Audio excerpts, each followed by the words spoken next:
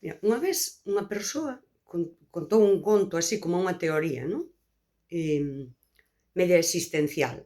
Eh, que a teoría, en principio, daba para pensar, que sería, eh, cada persoa imos nun bote. A metáfora era, cada persoa vai nun bote e rema no seu bote, sí? E ti ves as outras persoas e podes como achegar o bote. Mais, estes botes despois, non? Sepáranse e isto sería a vida. E contábao desde como asumindo, non? Que isto é a vida. E a min pareceume moi interesante, incluso escribín un relato sobre disto, pareceume interesante, é interesante.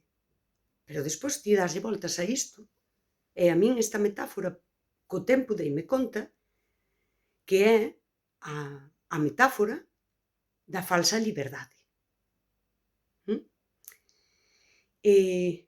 Vista desde un punto, non? Entre asumir que isto é así, e eu non podo facer nada para mudalo, porque eu vou no meu bote e non teño maneira de coller e xuntalo a outros botes, non? E facer catamaráns, por seguir na metáfora. E era como, co tempo deime conta entre a resignación de isto é así, é o que hai, é unha especie de oda ao individualismo. Sí? Como metáfora está moi ben, a min gústame moito falar en metáforas. Agora, se ti quedas en que isto é así e non hai solución, isto sería en sí a asunción da sociedade líquida como algo irreparable. Que hai, para min aí hai, desde logo hai un análise social, pero hai unha resignación, hai como, pois xa está, e hai vale, pois eu voume meter no meu bote e vou vivir así. E eu creo que, desta metáfora, hai unha capa social que dixo isto é así, e case celebran iso, xa está, dei que a solución, isto é o que hai. Sen cuestionarse, non? Porque, por exemplo, o ser humano é social, somos seres sociais, temos necesidades afectivas e sempre fomos tribo. En sí, a metáfora é a aceptación do individualismo e, ademais, colocalo aí como sin ir atrás e dicir, pero isto non foi sempre así. Sabes? Ou seja, eu son un ser de tribo. Para que sirve situarte aquí? Pois sirve para poder vivir dunha forma irresponsable, humanamente irresponsable. Esa é a falsa liberdade. Eu son libre, vou co meu bote onde quero, saúdo-te ao pasar, sí. Ostra, a min isto doume moito que pensar, porque para min a falsa liberdade de hoxe dá na soidade de mañá. Inda dá na soidade de hoxe, na soidade afectiva, sí? Pero dá nunha soidade absoluta do mañá. A soidade xa non física, senón esa soidade emocional e afectiva. Se quixéramos seguir cos botes, sería unha vida á deriva.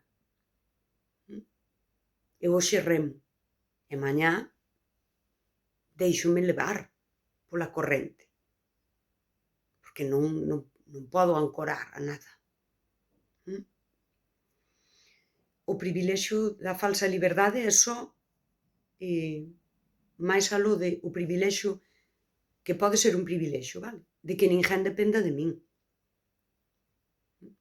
Non é tanto esta mensaxe de eu son libre e non preciso a ninguén, que parece moi bonito, parece un discurso de liberdade. Non preciso a ninguén, eu fago todo. Parece un discurso de liberdade. mais é un discurso de fartura. É un discurso de escravitude. E é iso que en psicoloxía se chama indefensión aprendida. Eu non podo facer nada para cambiar a sociedade. E isto non é certo. Eu non podo cambiar a sociedade na súa totalidade, pero eu podo cambiar o meu mundo. Desde a decisión consciente de que eu quero vivir de outra maneira, facendo esa crítica social máis aló da queixa. Isto falábamoslo o Ramón do Serrador máis un día, non? A diferencia entre queixa e crítica. A crítica busca o cambio. A crítica sempre ven dunha reflexión fonda onde eu vin os fallos e teño certa idea de como mudalos. Daquela, como mudo eu a sociedade? Primeiro, a sociedade somos todas as persoas, muda desde a miña mudanza individual. Daquela, cando eu decido vivir de outra maneira, eu mudo o meu mundo. É o das persoas que deciden estar nel. Eu creo que se entende. E creo, isto que eu debino ler nalgún sitio, non? Ecosistemas afectivos. Eu podo vivir nun ecosistema afectivo san. Como? Decidindo vivir desde os afectos, desde o amor como non como películas de amor, senón, pois eso, desde os afectos ás outras persoas. Daquela, para min hai ese ecosistema afectivo san das persoas que nos cuestionamos e maduramos e superamos esa fase, non? Do puera eternos, onde eu non me quero responsabilizar, que non é liberdade, é irresponsabilidade. É todo o contrario á liberdade. Porque a liberdade tamén é unha decisión responsable. E hai un ecosistema, ese ecosistema líquido. Eu teño clarísimo. É unha das cousas, o das capas sociais é moi real. Vives nun mundo, eu son consciente de que conseguín ir escapando desa parte líquida e vivo nun mundo onde os afectos están por diante, con persoas que son como a min, que nin sequera fai falta que teñan todo este cuestionamento que eu fago. Son persoas que, sin cuestionarse todo, están dunha forma responsable no mundo e miran por ti. Como se mirou toda a vida, unhas persoas polas outras. E noutro ecosistema paralelo, outra capa social, vive nesta modernidade líquida, nesta modernidade que é unha matrix, que asumiu que isto xa é así e isto é o bo e alimentano. E viven dunha forma irresponsable. Irresponsable humanamente. A min dame igual que ti vayas traballar e ganes moitos cartos e pagas todas as túas facturas e pagas impostos e miras moito pola sociedade. Pero humanamente non estás facéndote responsable como ser humano. Por aí. Eu creo que se entende o que quero dicir. E para entender, por exemplo, isto para velo en cousas do día a día, non? Que diste, eu pensei moitas veces en por que moita xente me di, pois non se che ve o pelo, pois non se che... Xente como a min, solteiras, divorciadas, que teñen puntos de socialización, non? Os ambientes de socialización, isto é unha realidade, que son como moi pechados. Sí? Que en sí é unha irresponsabilidade, é un vivir de costas á complexidade social. E eu moitas veces digo, pois é certo, non se me ve o pelo, onde ti estás non se me ve, pero eu teño unha vida social bastante satisfactoria. E ademais teño tempo a cultivar iso. Pois eu aí o deixo para a reflexión. Dicir, mira a sociedade, non? E empeza a ver esas capas, pensa se ti és quen de atravesalas, ou se buscas esa pertenza estricta a unha forma e a unha maneira que te obriga a facer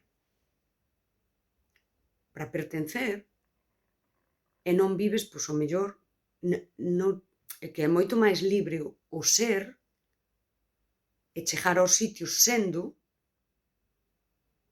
non buscando unha pertenza de caixón, estanca, absoluta, onde ti sintes que aí encaixas totalmente. Para encaixar totalmente non podes ser. Tens que estar facendo. Ou se ti, pois iso, estás no mundo dunha forma responsable, que comeza por ser responsable contigo, e aí, ti sendo, eres quen de pertencer a algo que é menos tangible, que é afectivo. Ti afectivamente podes pertencer a persoas, pertencer nun sentido espiritual case, non? A persoas que están en liña contigo, en valores, e na decisión de vivir humanamente. Humanamente. Ás veces, eses ecosistemas teñen que ver con que nos gustan facer as mesmas cousas, vestimos dunha forma parecida, que ademais hai unha uniformidade, non? Hai unha cousa que eu vexo moito que é intelectualmente, como o intelectual como académico, non? Somos persoas, ainda onte eu li nunha rede social sobre algo así que dicían ser pares. E ser pares tiña que ver, nese caso, non? Que con esa endogamia que falo a veces académica, tiña que ver ca universidade. Ser pares. Eu ser pares, sabes? Pois todo no superficial. Nivel socioeconómico, justos desto de afeccións similares, todo así moi superficial. Pois agora pensa en ser pares humanamente, en valores. En valores que ti pos por diante de todo, por encima de todo. Independentemente de se ti és doutora e a outra pois traballa nunha conserveira e a outra o que sexa, dame igual.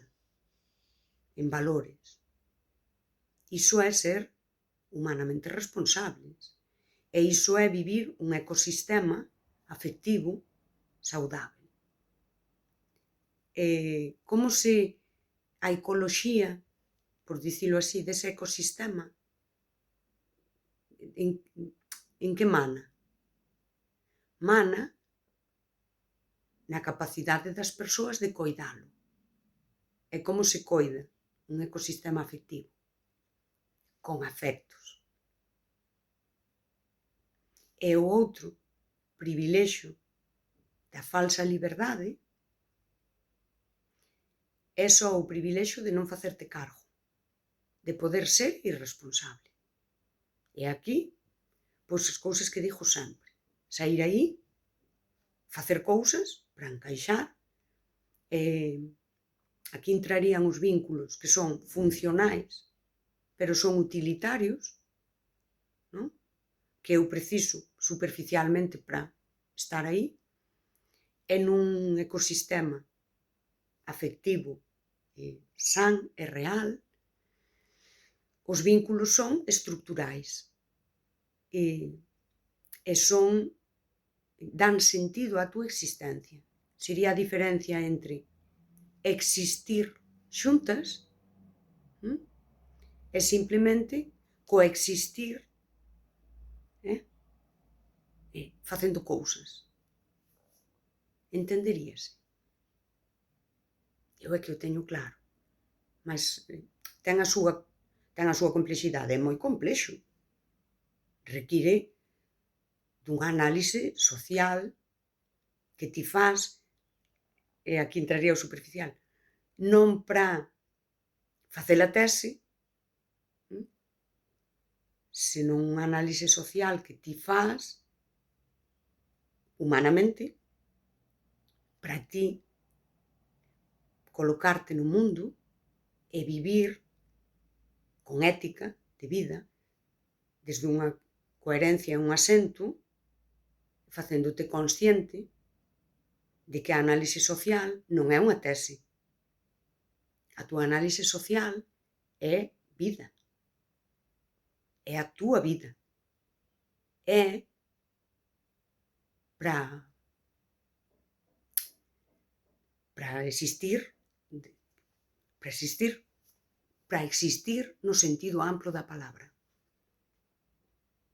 Sería vivir e non só estar viva. Sí, algo así.